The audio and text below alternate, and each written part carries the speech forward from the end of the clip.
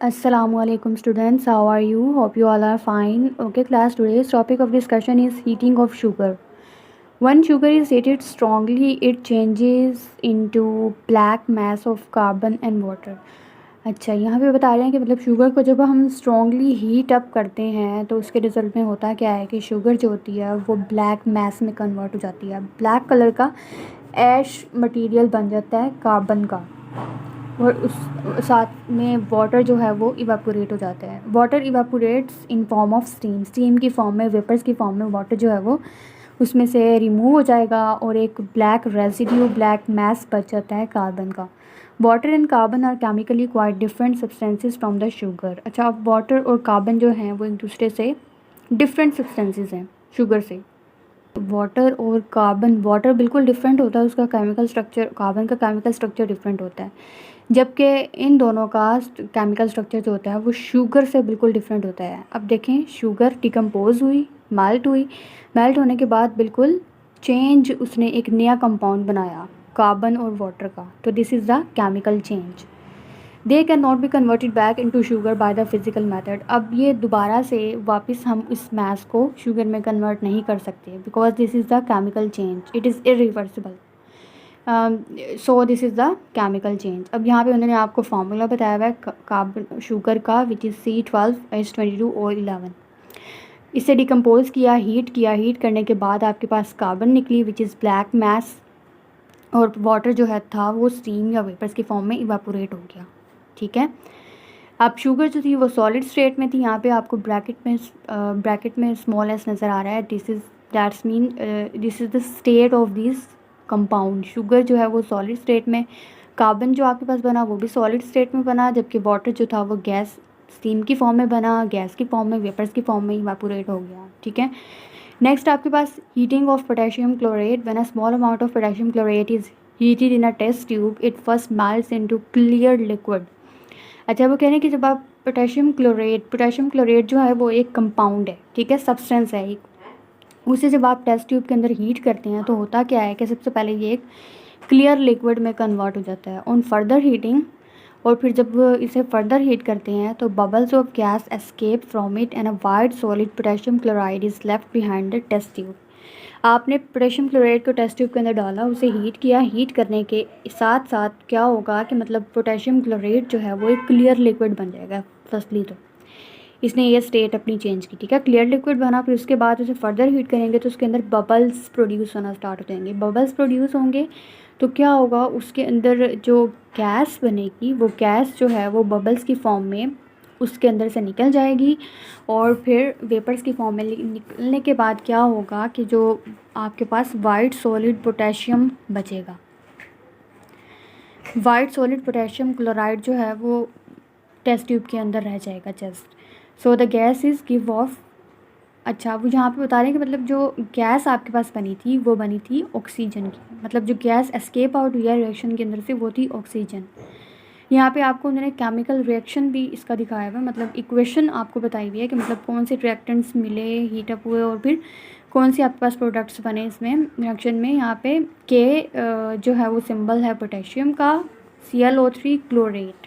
ये देखिए आपके पास, ये आपके पास क्या है, रिएक्टेंट है, ठीक है, इसमें 2 पोटेशियम के मॉलिक्यूल्स हैं और ClO3 के 2 मॉलिक्यूल्स हैं। ठीक है, मतलब पोटेशियम के जो है वो रिप्रेजेंट कर रहा है पोटेशियम को, ClO3 रिप्रेजेंट कर रहा है क्लोरेट को। तो पोटेशियम क्लोरेट जो है इसे हमने हीटअप किया तो क्या हुआ कि इसके अंदर जो पोटेशियम क्लोराइड था उसका वाइट रेजिड्यू बन गया, सॉलिड स्टेट में आ गया हुआ, ठीक है, और साथ में जो ऑक्सीजन थी वो एस्केप आउट हो गई रिएक्शन से।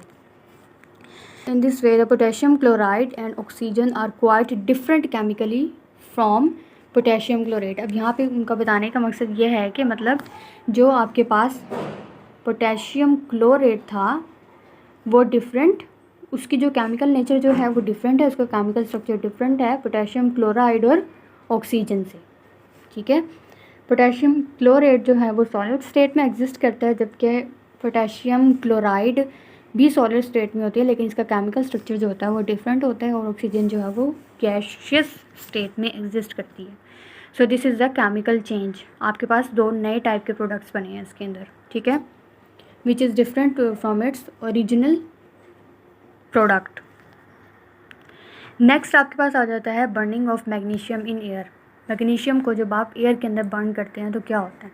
When a piece of magnesium ribbon is heated in air, magnesium को जब आप एयर के प्रेजेंस में हीट करते हैं तो क्या होता है? It burns brightly and white ash is formed. अच्छा, अब होता क्या है कि जब ये बर्न होती है तो उसके रिज़ल्ट में एक ब्राइट जो है ना फ्लेम का कलर जो है वो ब्राइट हो जाता है, और साथ ही आपके पास जो ऐश बनती है वो वाइट कलर में बनती है। मतलब जो इसका वेस्ट होता है वो वाइट कलर का होता है। This white ash is a new substance. अब ये जो वाइट ऐश बनी है ये एक नया सब्सटेंस है, ठीक है। इसकी केमिकल कंपोजिशन डिफरेंट है मैग्नीशियम से। मैग्नीशियम जो था उसका पीस हीटअप हुआ, हीटअप होने के बाद वो ब्राइटली बर्न हुआ, फिर उसके बाद वाइट ऐश में कन्वर्ट हो गया। वाइट ऐश जो है वो नया सब्सटेंस है।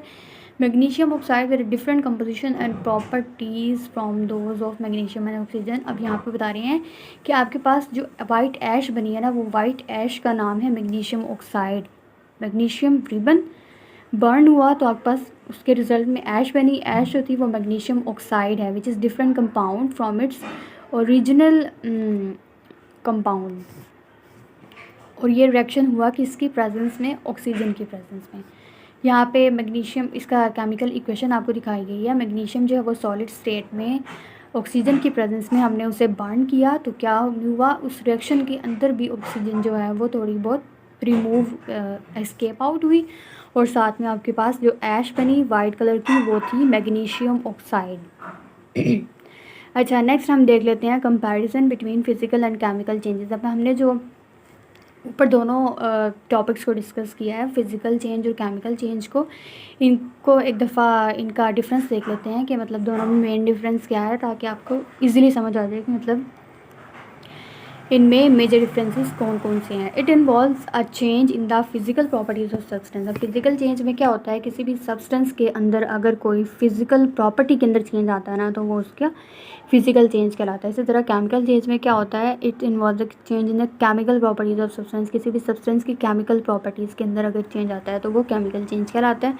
The chemical properties of substance doesn't change. जो केमिकल प्रॉपर्टीज़ होती हैं किसी भी सब्सटेंस की वो फिजिकल चेंज के अंदर चेंज नहीं होती, लेकिन the chemical composition of substance change. जबकि केमिकल चेंज के अंदर क्या होता है? जो केमिकल कंपोजिशन होती है मतलब किसी भी सब्सटेंस की जो उसका केमिकल स्ट्रक्चर होता है, जिन एलिमेंट्स और कंपाउंड से मिलके वो सब्सटेंस बना हुआ होता है, वो क्या होता है?